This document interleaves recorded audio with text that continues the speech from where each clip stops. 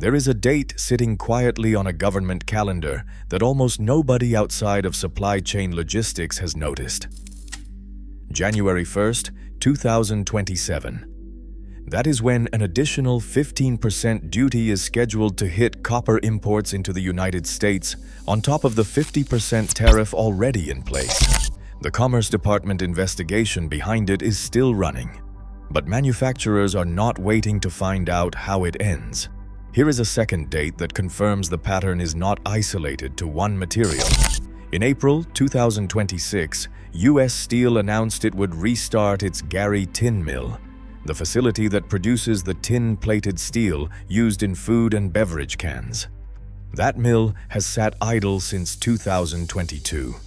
Their own chief executive officer confirmed the restart timeline directly: early 2027. Not because the equipment needs that long to repair, but because the company is deliberately waiting for pending trade investigations to resolve and aligning with the annual contracting cycle before bringing supply back online. Two separate industries, two separate materials. The same year keeps showing up in the official statements. These are 13 items where that pattern is happening right now.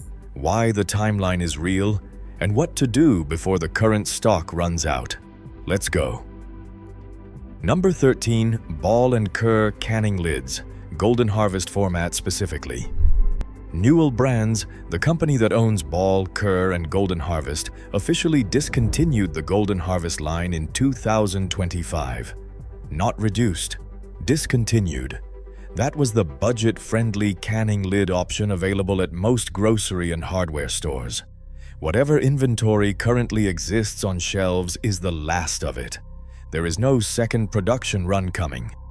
Ball and Kerr lids are still manufactured in U.S. facilities, but production capacity has not expanded to absorb the demand that Golden Harvest used to serve. Multiple canners online are already reporting inconsistent seal rates and rising prices on the remaining brands as the category consolidates. If you can find any canning lids in bulk right now, regardless of brand, buy them. The consolidation happening in this category is not temporary. Number 12. Centerfire rifle ammunition, 9mm and 5.56mm specifically. Major manufacturers have been direct about this in a way the industry rarely is. In statements given to industry press, Hornady's vice president described looking at 2.5 years of demand already on order. Winchester's president confirmed backlogs on certain products stretching 2 years and beyond at the time those comments were made. Manufacturing capacity for ammunition does not expand quickly regardless of demand. Building new production lines requires specialized tooling and years of lead time, which is why backlogs in this industry tend to persist rather than resolve quickly once they build up. If you shoot 9mm or 5.56mm, it is worth checking current availability and pricing now rather than assuming the supply situation has fully normalized. Number 11. Copper-wound electric motors and pumps, including well pumps and generator components. Copper is now under a 50% tariff, with an additional 15% scheduled for January 2027, pending the Commerce Department review. Goldman Sachs has already projected that copper imports will spike before that date, as companies rush to stock up ahead of the increase. That means current supply is being pulled forward and consumed now, not preserved for later. Hand crank water pumps, backup well pumps, and small generator components that rely on copper wiring are part of that squeeze. If you have been planning to install a backup well pump or want a spare motor for emergency equipment, the copper inside it is about to get permanently more expensive. The 2027 tariff does not expire, and it compounds. Number 10. Tin-plated steel cans themselves, the actual packaging, not just what is inside them. This is the item underneath every other canned good on this list, and it has its own direct, confirmed timeline. U.S. Steel announced in April 2026 that it will restart its Gary tin mill in Indiana. the facility that produces the tin mill steel used specifically for food and beverage cans. That mill has been sitting idle since late 2022. Here is the detail that matters. U.S. Steel's chief executive officer confirmed the restart will not happen until early 2027. Not because the equipment takes that long to fix, but because the company is deliberately timing it to align with the annual contracting cycle for tin mill products and to let pending anti-dumping investigations with the Commerce Department play out first. In their own words, they are waiting for the tariff and trade situation to resolve before bringing domestic supply back online. That means the gap between today and early 2027 is the exact window where canned food packaging supply remains constrained by design, not by accident. Every can of beans, soup, or vegetables you buy is downstream of this single mill's decision to wait.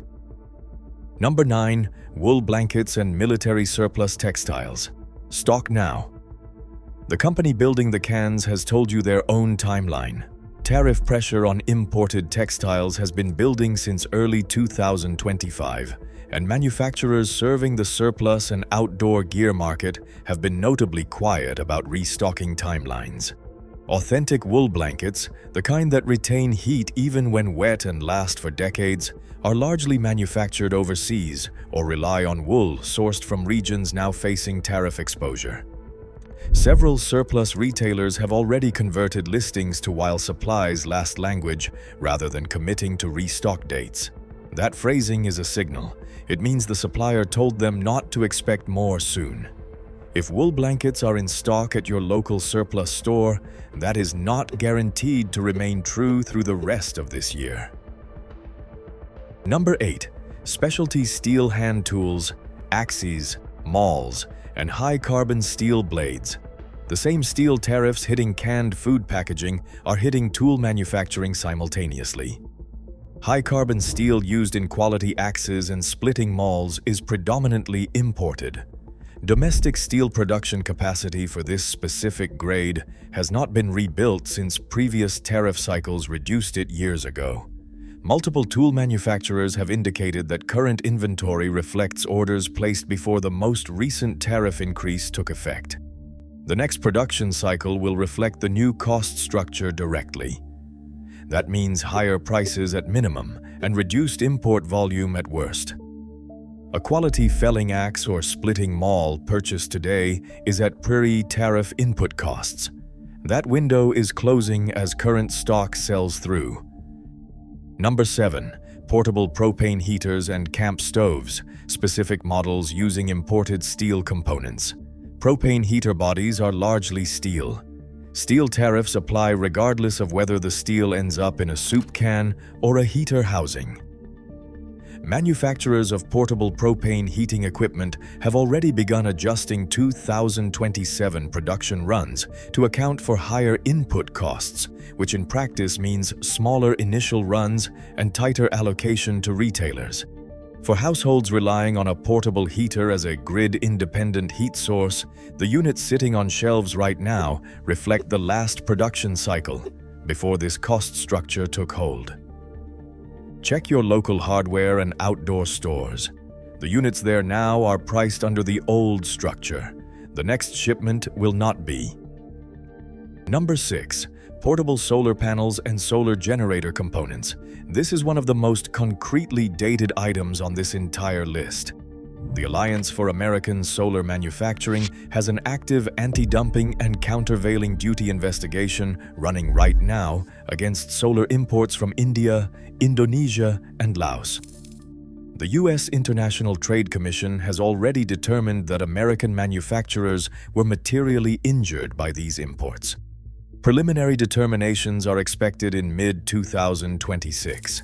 If they come back affirmative, duties between 30% and 280% could attach to panels from these countries. Final determinations typically follow within 6 months. Industry analysts covering this directly have stated it plainly. A purchase contracted in mid-2026 could see those same panels become subject to new duties before delivery even arrives. For portable solar panels and solar generator components used in off-grid charging setups, this is not speculation about a possible future tariff. It is a live federal investigation with a public timeline that lands the consequences squarely in the second half of 2026 and into 2027. If you have been planning a solar charging setup for emergency power, the panels available at today's pricing are the ones procured before this determination lands. Number 5. Specific calibers of ammunition primers. Primers are a more acute bottleneck than ammunition itself. Primer manufacturing requires specialized chemical compounds and precision manufacturing equipment that very few facilities worldwide are certified to produce. When primer supply tightens, it does not matter how much brass, powder, or bullets a manufacturer has on hand. Without primers, nothing gets assembled. Major manufacturers have publicly discussed investing in expanded primer production capacity in recent years, but those investments take years to come fully online. Industry observers tracking this bottleneck generally describe meaningful capacity expansion as a multi-year process rather than something resolved within a single year. If you reload your own ammunition, primers specifically are the component worth watching most closely over the next year. Number 4. Backup generators, specifically units using copper-wound alternators. We touched on copper-wound components earlier. Generators deserve their own entry because the copper content in a generator's alternator is substantial, and generators are one of the most demanded preparedness purchases during any disruption. With copper tariffs already at 50% and an additional 15% scheduled for January 2027, generator manufacturers are facing a genuine cost structure problem that cannot be engineered around. Copper conducts electricity in a way that current alternative materials do not replicate at the same efficiency. Multiple generator brands have already signaled 2027 model year price increases in supplier communications that have leaked into industry trade publications. If you have been waiting for the right time to buy a generator, the right time was before this tariff structure existed. The next best time is before current stock sells through. Number 3. Freeze-dried and dehydrated emergency food, specific bulk formats from major preparedness brands. This one is less about a single raw material and more about compounding pressure across several inputs simultaneously. Packaging materials, including the multi-layer pouches used for freeze-dried food, rely on specialized films that are facing their own tariff exposure. Several major preparedness food brands have already adjusted bulk packaging formats, reducing the largest sizes in favor of smaller, higher-margin units. This is a pattern we have documented extensively on this channel across multiple retailers. The large format buckets and bulk cases that represent the best value in this category are the first casualty of that shift. Once a brand discontinues a large format, it does not typically return in the same configuration. Number 2. Specific reloading and gunsmithing tools, particularly those using tool steel. Precision gunsmithing and reloading tools depend on tool steel grades that are predominantly imported, and the same steel tariff structure affecting canned food and axes applies here directly. Manufacturers serving this niche are smaller than mainstream tool companies, and they have less ability to absorb cost increases or stockpile raw material in advance. Several have already posted notices indicating that current stock reflects pre-tariff manufacturing, with no committed timeline for the next production run. For anyone maintaining their own ammunition supply or firearms equipment, specialty tools in this category are worth securing now rather than waiting. Number 1. Home canning pressure canners, specifically all steel and aluminum models.